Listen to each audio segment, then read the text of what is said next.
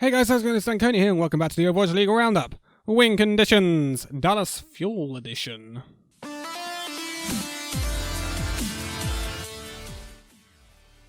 So, how to solve a problem like the Dallas Fuel?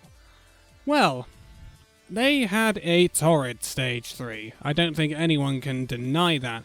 Their schedule wasn't the easiest, but the biggest problem that has been caused for the Dallas Fuel in Stage 3. Yes, they did lose to the Gladiators heavily, but they beat the Washington Justice, which is a crucial game to make sure they win. They had to go up against the likes of Vancouver, Hangzhou. They're not going to be easy games. The New York Excelsior for Dallas Fuel. They're never going to be easy games, but the thing is, they played the Chengdu Hunters twice in Stage 3 and lost both games. This has put them in a precarious position. They are currently occupy 10th position in the table. Yes, we are at the halfway point. And they're on a 10-11 record. The first team we've looked at with a negative win-loss ratio. They are 2 wins behind the Philadelphia Fusion, who are 9th, and their differential really doesn't work in their favour whatsoever. So I really think this is like at a cut-off point, at where I don't think anyone is going to be able to get above this out of the lower pack.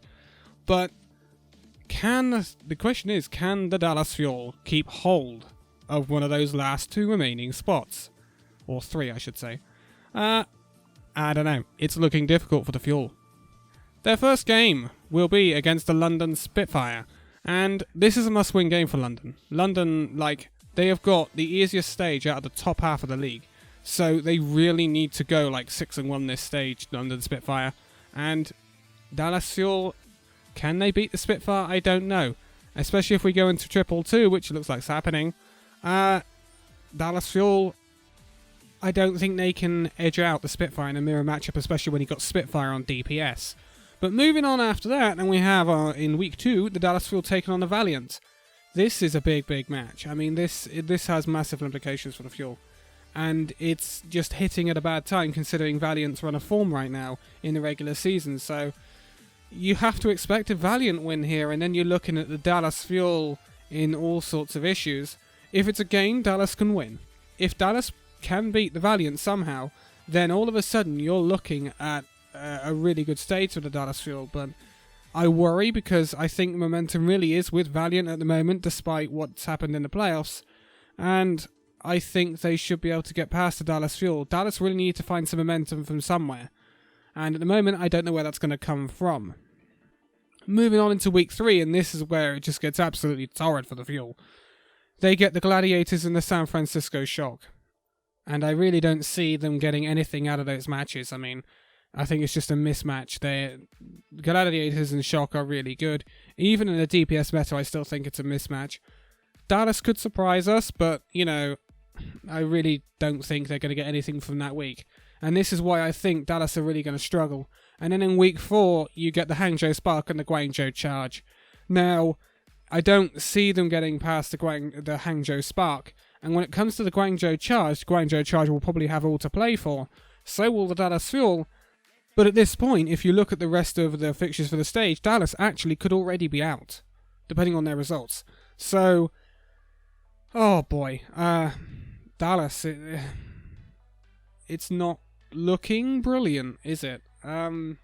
Those 2 losses to the Chengdu Hunters, they could really come back to bite you. If they got 2 wins over the Chengdu Hunters in Stage 3, you're all of a sudden thinking, if Dallas can get a 4-3 stage in Stage 4, then they're looking good. But now it's looking like, it's going to be very close for the Fuel. They're really going to need to pull something out of the bag here. And I don't know whether they can do it. The last week, which will be the Kit Kat rivalry weekend, they'll play the Atlanta Reign. I mean, that's a must-win game. Put it this way, week 5 against the Atlanta Reign, week 4 against the Guangzhou Charge, and I would even say week 2 against the Valiant, they are must-win games, and ideally week 1 against the Spitfire as well.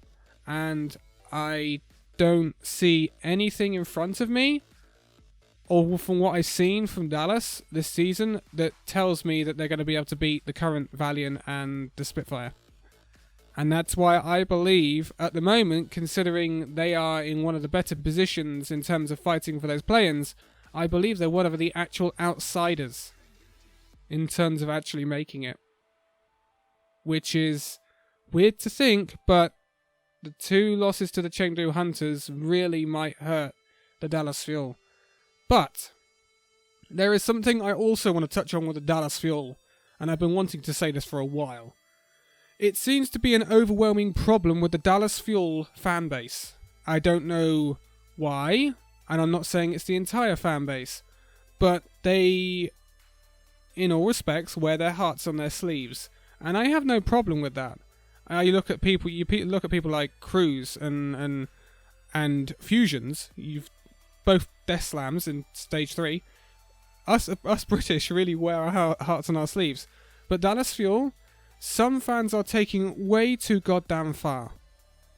I hate to see the amount of hate, and I can't use any other word for some of the Fuel players when they lose or when they don't do very well.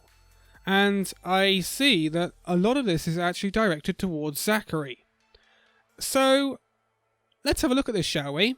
Zachary has played the most time on Brigitte in this entire season. Do you want to know his stats? Well, I have a list of Brigittes in the league. He ranks 14th. 14th out of 30. That is not bad. He is better than a lot of Brigittes, right? He's there with EQO. He's above, like, Nico for the Paris Eternal. He's above any of the Guangzhou Brigittes. He's above anything from Boston, from Houston.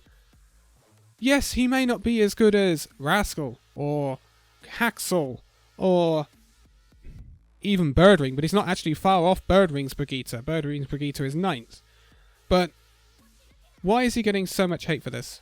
He is not that bad. He is not bringing the Fuel down by any means. It's just a team that can't keep up with the higher echelons of the league right now. It needs to develop. Give them time. Don't be so goddamn toxic to them. Because, as you might have seen, Jane has now left social media because of this. It eats away at people. Please remember, when you're on the other end of that Twitter, or on the other end of the screen, please remember that there is a person. There's actually a person on the other end that you're saying this to. That's all. I'm not going to keep on about it, but please don't be so goddamn awful to the players that play for your team, because it doesn't help.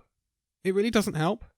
I'm a London Spitfire fan. Do you see me go on Twitter and say, for God's sake, Gesture's not a good enough Ryan, please take him out of the squad, he's absolutely useless, he should go away and die?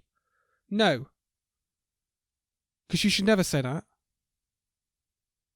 So please don't do it. Anyway. Those were your win conditions for the Dallas Fuel. It's looking like a tough stage. And they're going to play some really good teams. So the Fuel are in a better position than they were in last season. No one can deny the Fuel that. But I think it's just going to be a slow build for the Fuel. And I think they need to make a few more additions and then they'll be, right up there. But I think it might be a little bit out of reach in terms of overall playoffs for the Fuel this season, especially even just the play-ins. It might just be a slight bit out of reach. But please don't hate on the players so goddamn much. Because Zachary is a better Brigitte than anything that the Los Angeles Gladiators can put out. And look where the Gladiators are. So, stop it with the hate. Alright? But, I'm sorry that the last part of this one turned into a bit of a rant, but it has annoyed me, some of the hate that's been going around the Dallas Fuel recently. But, the next up team, that didn't really make any sense, but the team next up will be the Atlanta Reign. It's getting pretty interesting. All these teams are really, really close at the end of those play-ins, and a lot of them are still in it, and anyone could take it. But for now, thank you guys so much for watching this video. If you liked it, give it a like, subscribe if you're new, and I will see you in the next video. See you then.